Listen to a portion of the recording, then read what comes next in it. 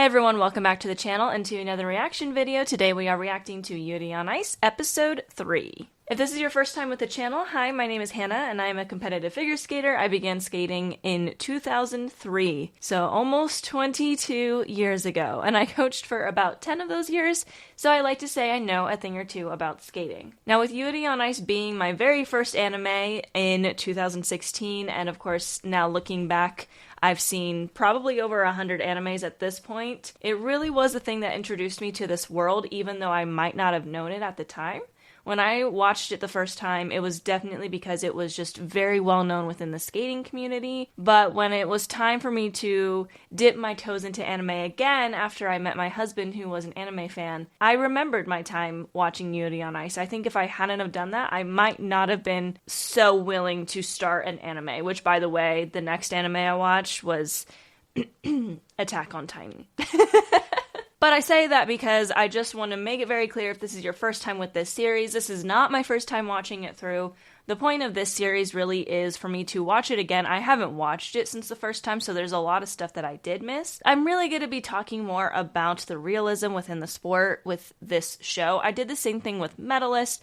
Medalist was definitely a little bit less dramatized than Yuri on Ice is, and I can remember that just based off of the first 2 episodes. If you watched episode 2, you know I talked about how it's very dramatic, and while they get like the elements right, the entire world of Yuri on Ice feels a little bit unrealistic. However, it still is fun to watch, and it's still more realistic than most Hollywood-made figure skating shows or movies. So anyway, don't be expecting just a regular anime reaction on this channel. If you're interested in my Medalist reactions, I'll put the playlist in the description, as well as some of my breakdowns of competitive performances from Medalist. And if you want some more breakdowns of competitive performances from Yuri on Ice, I'm also willing to do that, so let me know in the comments below. Okay, now that we're done with our intro, last episode, so we had Yuri-o, Yuri the second, of course, flew into Japan, showed up because he wants to be coached by Victor, and our episode ended with Victor saying, both of you are going to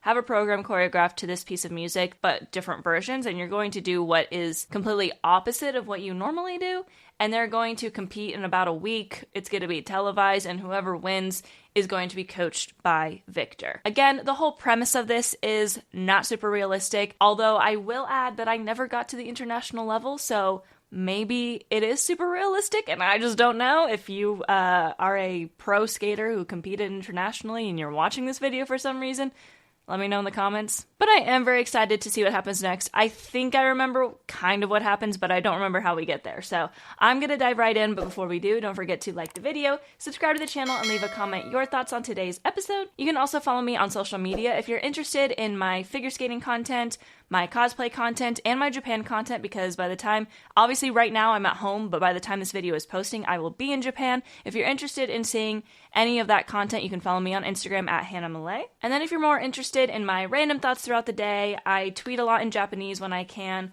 or if you're interested in my TikTok content, so short form Demon Slayer content, you can follow me on X and TikTok at lookingnerdy. But let's dive into it.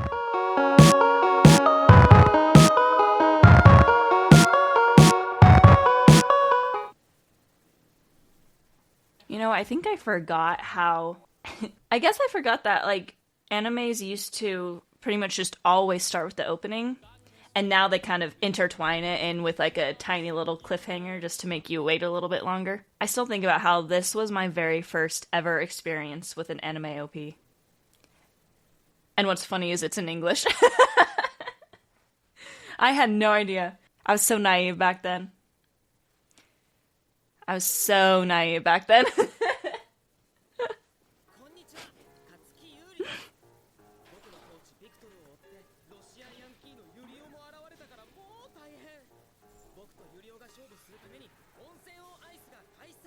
This little town that was, like, not doing well is gonna be like, whoa! Eh?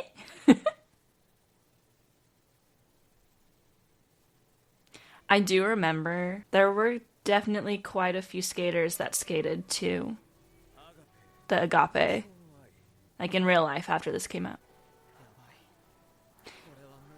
Yeah, it's very It's very interesting to see the difference between this one, which of course is an almost 10-year-old anime, but made by MAPPA, which is one of the most well-known, if not the most well-known, anime production companies. Comparing it to Medalist, where they were using real-life skaters and using CGI, and I forget the term for it. Compared here, where it's clear that they're just hand-drawing the entire thing. It's a lot more, like, not as smooth, but it's like, it's two different ways to appreciate it, because I really appreciate the fact that they are hand-drawing people skating and still, like, they're moving their feet correctly. Like, it's not just, like, a bunch of nothing. Like, right now, he's doing twizzles and counters and rockers.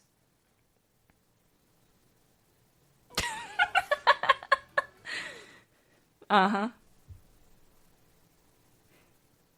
So I have, like, a deep appreciation for both.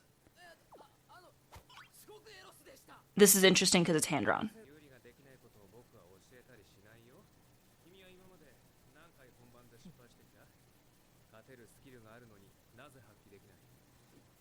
I like that they bring this up, because if you've been watching anything on my channel, I talk a lot about how figure skating is very, very mental. I would personally say it's over 50% mental, because if you can skate clean in practice every single day, over and over again, but you cannot handle nerves, you will not skate clean in competition, and then you cannot win things because you're just not going to ever skate clean. There are a lot of skaters that I felt like they had the potential to be world champions, but never got there because they could just never go out and skate clean. Even though you would see practice footage of them, and it's just like, the jumps are easy to them. It's easy peasy, not even a difficult time, but then they get on that competition ice, and it's like, oh, they can't land it. So it's two very different things. When you compete, and I only competed at the club competition level, I never knew what it was like to compete with TV cameras and a full arena and an audience and lights and all of that crazy stuff. The pressure of it being worlds or nationals so you can get to worlds, right? I never experienced that kind of pressure. I was just at club competitions, and I would be so nervous that my legs were shaky. And my legs are the thing that I rely on the most when I'm skating. So for some skaters, no matter how many times you skate well in practice, if you cannot figure out the mentality of what it means to compete, you won't be able to compete. You won't do well. Now, Yuri made it to the Grand Prix final, which is huge. That means that he came probably in first or second at both of his Grand Prix events, because the way the points work is if he came in third twice, he probably wouldn't make it. If he came in second and third, it's right on the cusp. Usually the people at the Grand Prix final are the people who came in first at both of their events, or first and second, something like that. Because every placement that you get at your Grand Prix, which are the first 6 competitions before the Grand Prix final, you get points. First place gets 15 points. Second place gets 13 points. Third place gets 11 points. And each one you just earn 2 points less than the person above you, and you get 2 events, then you get a total score. So if you come in first place at both your events, you get 30 points. You're going to the Grand Prix final then. The Grand Prix final is the top 6 skaters from the Grand Prix series and their combined points that they got. So if you had 3 skaters who won both of their events on the Grand Prix, then those 3 will go, and then you'll take, if 3 skaters got second place at both their events, they'll probably go. So on and so forth. Things can happen. You'll sometimes have one skater get first place, and then they'll literally come in 5th place at their next one, because skating is wild. But anyway, he made it there, so he knows at least somehow how to compete. But Yuri is like, the way he's written is very like, oh, I can tell that you are a very talented skater, but you have very little self-confidence. And if you don't have that self-confidence, you can't control the mental side of things. You have to be confident in yourself and know when you go into that jump, I'm going to land this. And if you don't have that confidence, it might not turn out well for you. Wow! What did I just say? I know I watched this before, but I did not know he was about to say I lack confidence. You gotta be a little bit of a cocky person in this sport, truly. And that might sound mean, but you have to believe in yourself more than you believe in anyone else. Yep, and it is the coach's job to give you that confidence.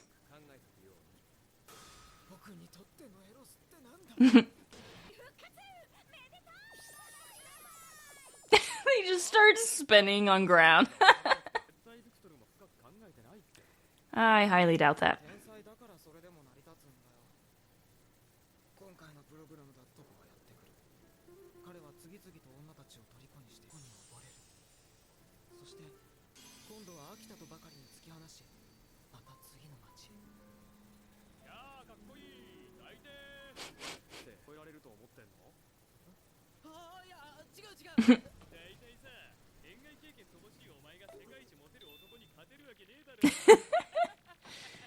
Dang.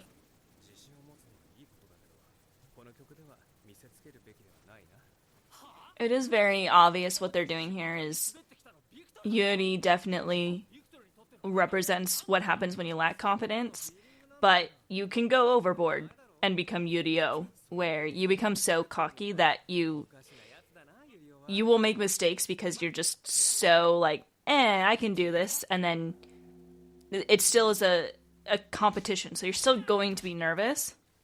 It is a good way of coaching to make someone do a program that's just completely opposite of what their style is. Censored.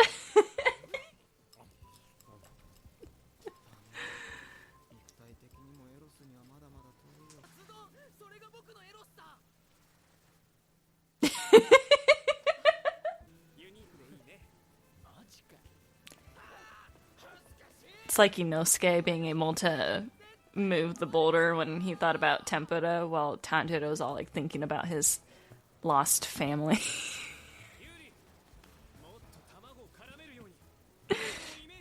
Think of the pork cutlet bowl. Honestly, though, it's so true. There are so many skaters who are completely motivated by food.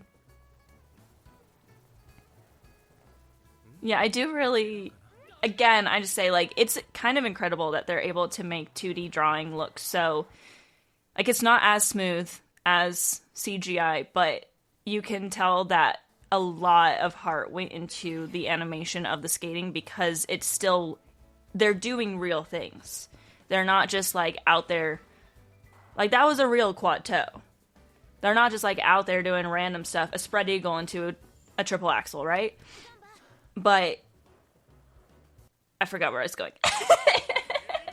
Yeah, it's all hand-drawn, so a lot of effort would go into that. They make it look more realistic than live-action movies do in Hollywood. I keep saying that, because the stuff in Hollywood... Not waterfall training. I'm rambling a lot. I hope you guys understand what I mean.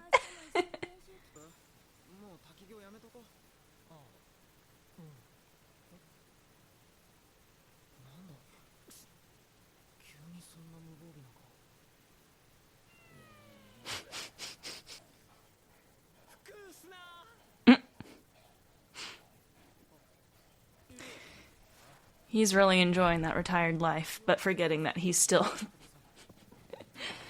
a coach.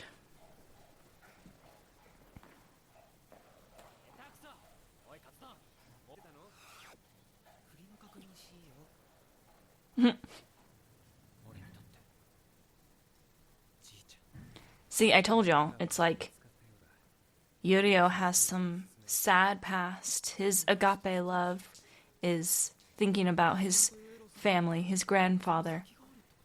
Yuri's like, food!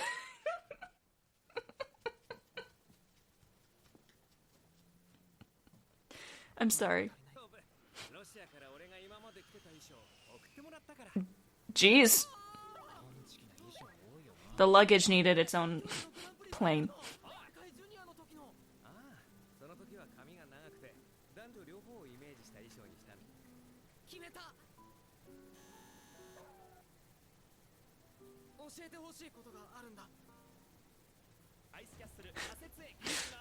Hot springs on ice.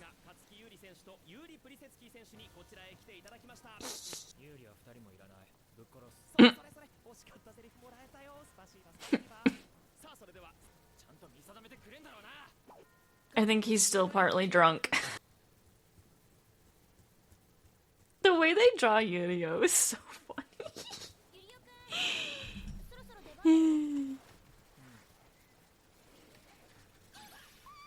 Even his Team Russia jacket looks exactly like that is the Team Russia jacket from when this show was coming out. And I think Yuri was wearing the Team Japan jacket, which is like the attention to detail I really, really appreciate.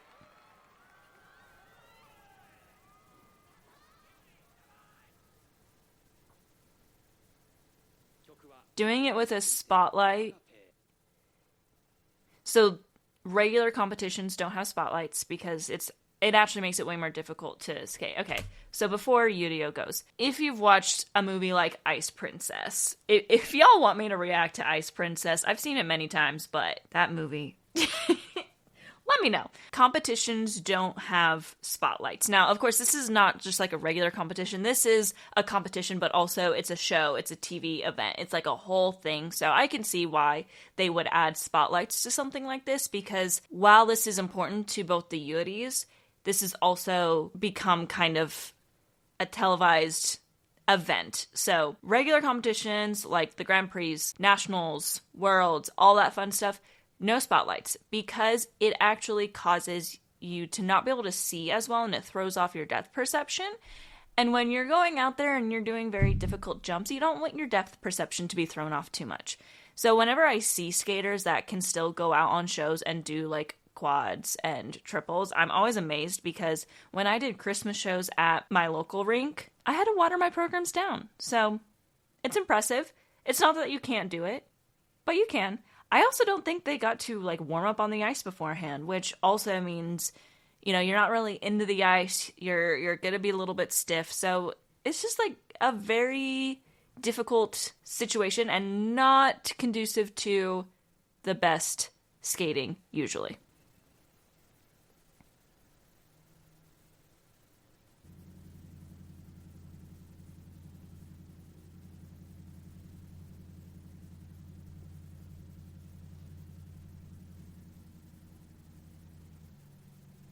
Quad sound. Triple down, yep. The angles definitely are like, I think that was a quad. Yeah.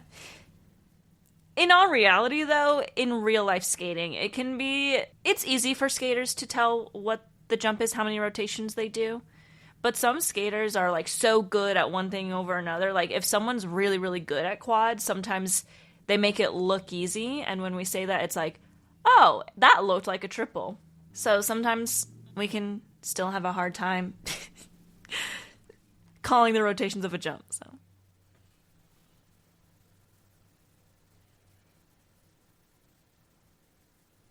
So that was also a short program because there were 3 jumping passes and 3 spins, which makes that a little bit more realistic for them to learn in a week.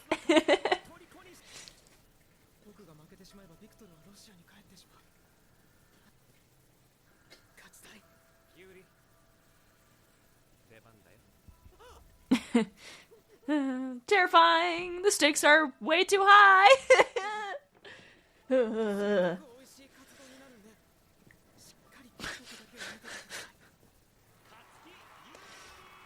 Okay.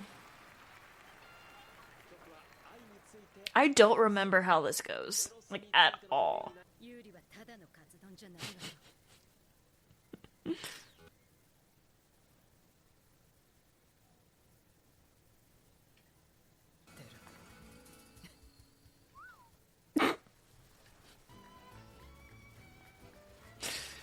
This is the piece of music that I heard a lot of people skate to. I'll have to find some of those. I think the Japanese pair team skated to it back in like 2018? I'd have to look. Yeah. Not to be repetitive, but I'm very impressed by how realistic the skating is, because they're doing all real steps.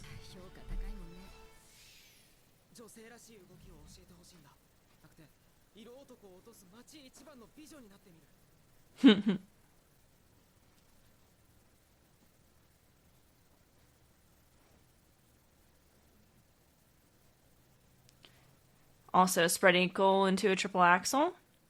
That is a very tough entry.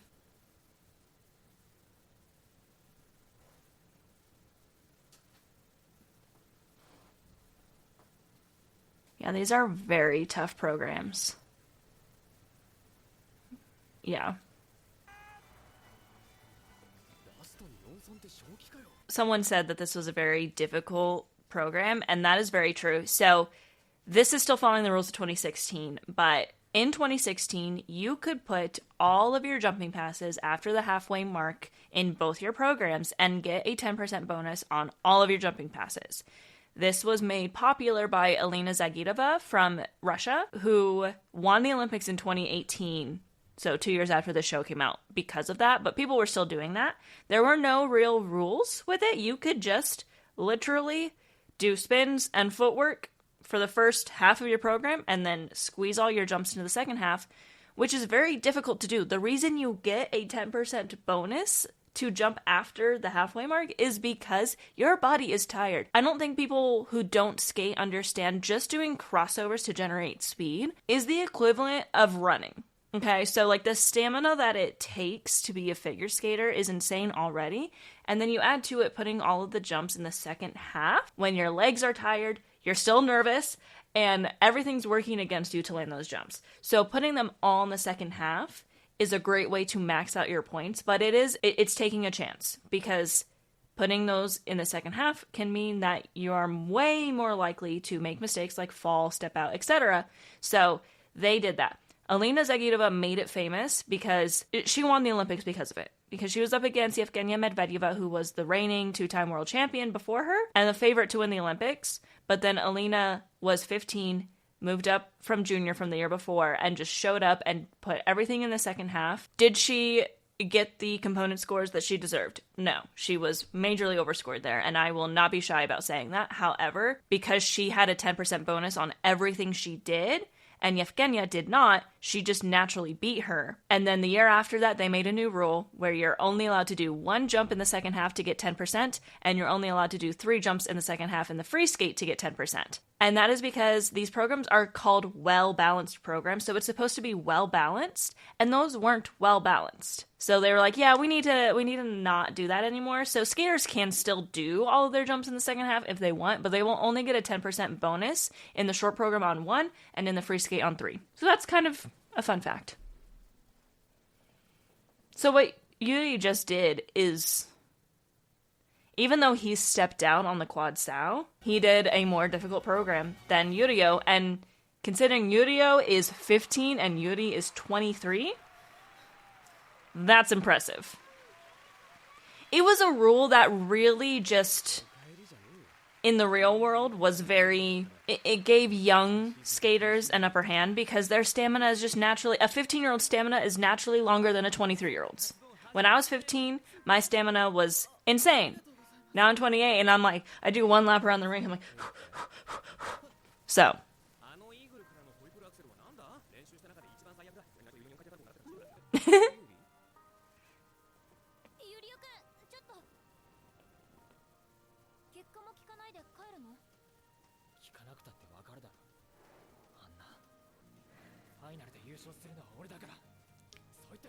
What's really important is winning those events.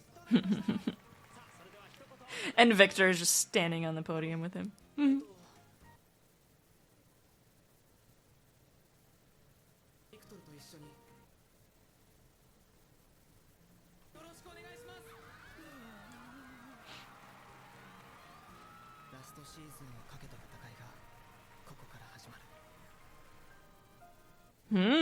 I forgot that he said that. The battle for my very last figure skating season has begun. Interesting. Okay, so I think I touched on pretty much everything that I wanted to go over during that episode just by pausing. I really liked this episode. I forgot how fast we got to this part, but now that I'm remembering it, I do remember we get to the Grand Prix in this season. So we're not going to talk about the fact that I'm just calling it a season, even though I feel like this was a bad idea. I'm just going to make myself sad.